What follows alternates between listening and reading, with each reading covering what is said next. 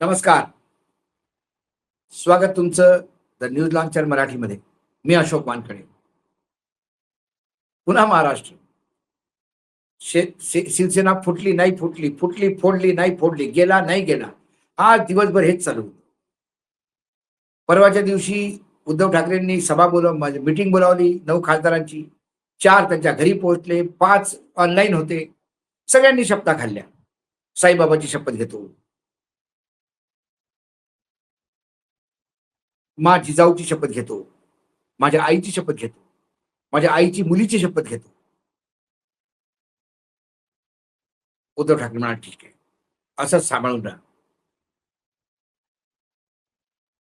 तितक्यात संजय देशमुख दिल्लीत येतात.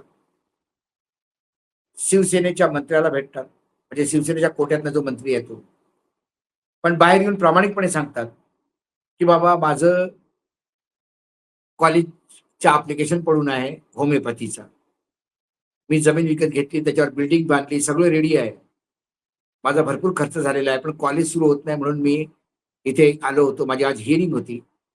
मंत्र्यांना भेटलो. ते माझे जुने मित्र आहेत आणि मी आता वापस चाललो. मला काही सेना सोडायची नाही." घरी गेले.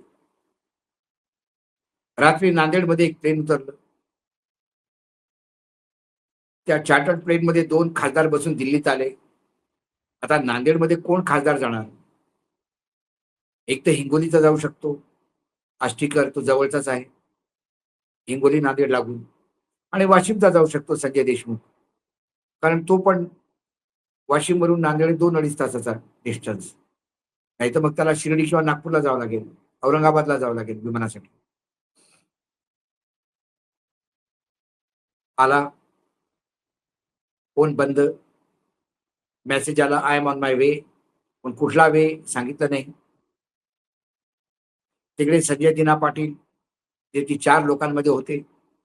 सकाळी त्यांना अतिशय नाराजीनं ते म्हणाले, की "काय रे सारखं-सारखं विचारता? मी आहे ना, मी उद्धव ठाकरेंसोबत आहे. मी कुठे जात नाहीये." एकाएकी दुपारी गायब झाले. त्यांच्या घरावर आणि ऑफिसवर पोलिसांचा लवाजमा पोहोचला सिक्युरिटीसाठी. म्हणजे तेही गेले. 3 पहिले जायसाठी तयार होते. त्यात ओमराजे निंबाळकर त्यांना पुण्यावरून आणलं गेलं दिल्लीत. एक आष्टीकर हिंगोलीचे, एक संजय जाधव, बंडू जाधव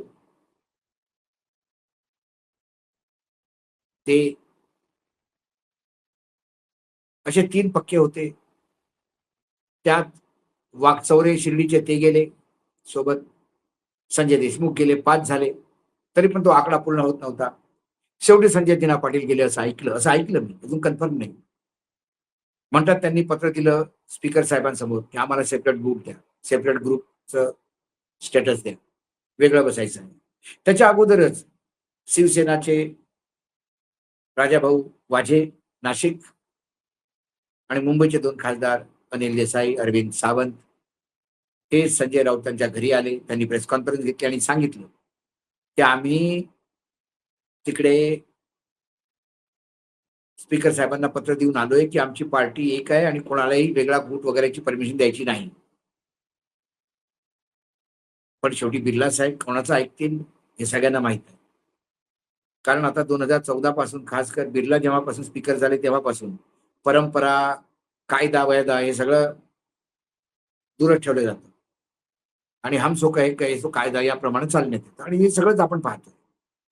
मध्य प्रदेशमध्ये काँग्रेसनी आपल्या एका आमदाराला डिस्क्वालिफाय करा म्हणून स्पीकरकडे 1 वर्षापासून पत्र दिलेलं आहे. तो त्याला वेळच मिळत नाही असं. रमण सिंगना. सॉरी ते ते आपले इथे ॲग्रीकल्चर मिनिस्टर होते ते तिथे स्पीकर आहेत सध्या. त्यांना वेळच नाही मिळत. अशा कितीतरी गोष्टी होत आहेत देशात. मग आज एक उद्या 11 वाजता मीटिंग बोलावण्यात आली. आज अनाउन्स झालं. शिवसेनेचे संसदीय दलाची मीटिंग आणि 3 लाईनचा व्हीप जारी झाला. उद्या जे लोक येणार नाहीत मीटिंगमध्ये ते गद्दार लगेच समजून येतील. त्यांची नावं क्लिअर कट होईल. आणि त्यानंतर मग त्यांच्यावर कार्यवाही केल्या जाईल, कारण व्हीपचं उल्लंघन केलं. त्या अगोदरच सकाळी स्पीकर ऑफिस काय त्यांना वेगळा ग्रुप सांगताय का? ते शिवसेनेमध्ये विलय होतात का? आणि ही लोक का गेली? याचं कारण काय? काय प्रलोभन असू शकतं? तेव्हा प्रकाश वझे, जे राजाभाऊ वझेचे वडील आहेत, त्यांनी मीडियासमोर एक मोठा स्फोट केला. ते म्हणाले, अहो 150 कोटी रुपये ऑफर झाले, 50 कोटी रुपये कॅश आणि 100 कोटी रुपयाचं तुरंत काम तुमच्या कॉन्स्टिट्युन्सीमध्ये आम्ही करून देतो. त्या नाशिकमध्ये तसंच हजारो करोड रुपयाचं काम होत आहे कुंभमेळ्याचं. गिरीश महाजन ते पाहत आहेत. ही गोष्ट वेगळी की सगळ्या गुजराती ठेकेदारांना तिथं प्राधान्य देण्यात येईल आणि येत आहे. कारण जिथे मोठे काम आहेत देशात तिथे फक्त गुजराती ठेकेदारच करणार आणि जे भूमिपुत्र आहेत ते ठणठण गोपाला. एवढा पैसा कशासाठी? एकनाथ शिंदेना 6 खासदार आल्यामुळे त्यांचं काय भलं होईल? ते काही मुख्यमंत्री तर बनवले जाणार नाहीत. ते त्याच पोझिशनवर राहतील आणि 6 खासदार एक्स्ट्रा आल्यामुळे काही फायदा होणार नाही मोठा त्यांना. चला एखादं मंत्रिपद एक्स्ट्रा मिळेल, पण सध्या मंत्रिपदात कॅबिनेट मंत्र्याचीच स्थिती चपराशी सारखी आहे. तर राज्यमंत्री काय करेल? ही सुपारी उद्धव ठाकरेंना संपवण्याची एकनाथ शिंदेना भाजपाने दिली असावी. कारण एका एका खासदारासाठी भाजपा रात्रंदिवस मेहनत करत आहे. सध्या लोकसभेची स्थिती अशी आहे की 543च्या जागी 540 खासदार आहेत. 3 जागा खाली आहेत. आणि सध्या एनडीएकडे 312 खासदार आहेत. हे टीएमसीचे तुटलेले 20 पकडून. इंडिया गठबंधनमध्ये 190 आहेत आणि 38चा एक वेगळा ग्रुप आहे. तो कोणातच नाही. आता 340 मध्ये 2/3 2/3 360 होतात. ते 360 करण्याचा प्रयत्न बीजेपी करते. त्यांचे 292 होते, 20 आले, 312 झाले, हे 6 झाल्यावर 318 होतील. पुढे शरद पवारकडनं जर 6 गेले, कारण शरद पवार पण टार्गेटवर आहेत आणि ते तोडतीलच शेवटी. तर मग 318 आणि 6 324. पुढचं टार्गेट समाजवादी पार्टी आहे 37. ते काम चालू झालंय युपीमध्ये. त्यांचे 230 म्हणजे जवळजवळ 25 तोडावे लागतील. 25-26. भाजपा जर एनडीएचा पूर्ण गुट 340 वर जरी पोहोचला तरी 360चा आकडा मग त्यांना काही मोठा नाही. कारण हा जो 38चा ग्रुप आहे, यात एमआयएम आहे, आम आदमी पार्टी आहे, डीएमके आहे. त्यांना भाजप एकच रिक्वेस्ट करेल, तुम्ही आम्हाला मतदान देऊ नका, तुम्ही हाऊस मधनं चालले ना. हे जर 38 पैकी 30 जरी हाऊस सोडून गेले तर 540 वरनं ही संख्या 510 वर येईल आणि 510 झाल्या 340 हा आकडा 2/3 होतो आणि सगळे बिल पास होतील. त्यांना सर्वात महत्वाचं म्हणजे ते परिसीमनचं बिल पास करायचं आहे. 2011च्या जनगणनेवर त्यांना टोटल सीट्स जे आहेत त्या 700 करायच्या आहेत. तसं पाहिलं तर महिला वंदन बिल जे झालं रिझर्वेशनचं, त्यात हा क्लाज होता की हे बिल आज जरी पास झालं तरी येणाऱ्या जनगणनेनंतर परिसीमन होईल आणि हे बिल लागू होईल.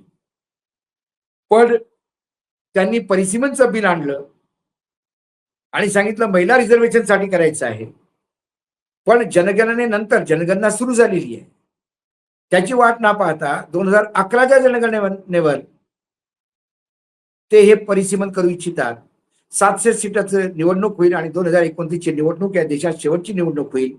कारण 2029 मध्ये 700 पैकी 600 सीट भाजप घेईल आणि हे जनादेश नव्हे, हा ज्ञानादेश ज्ञानेश कुमारच्या कृपेने.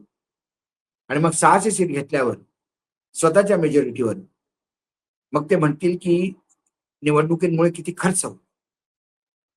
मागच्या 5 वर्षाच्या निवडणुका हेच सांगतायत की बीजेपीच जिंकतंय. जेव्हा पूर्ण देश बीजेपीला 600 सीट देतोय, याचा अर्थ देशाचा बीजेपी मध्ये विश्वास आहे. आता कमीत कमी 15 वर्ष येणारे कुठलीही निवडणूक होणार नाही, कारण देशाचा विकास करायचा आहे. ही स्थिती होती. मी तुम्हाला घाबरवत नाही, येणाऱ्या काळाबद्दल सूचित करतो. न्यूज लॉन्चर मराठीमध्ये एवढंच. पुन्हा तो काही विषयासोबत. नमस्कार. पाहत रहा न्यूज लॉन्चर मराठी.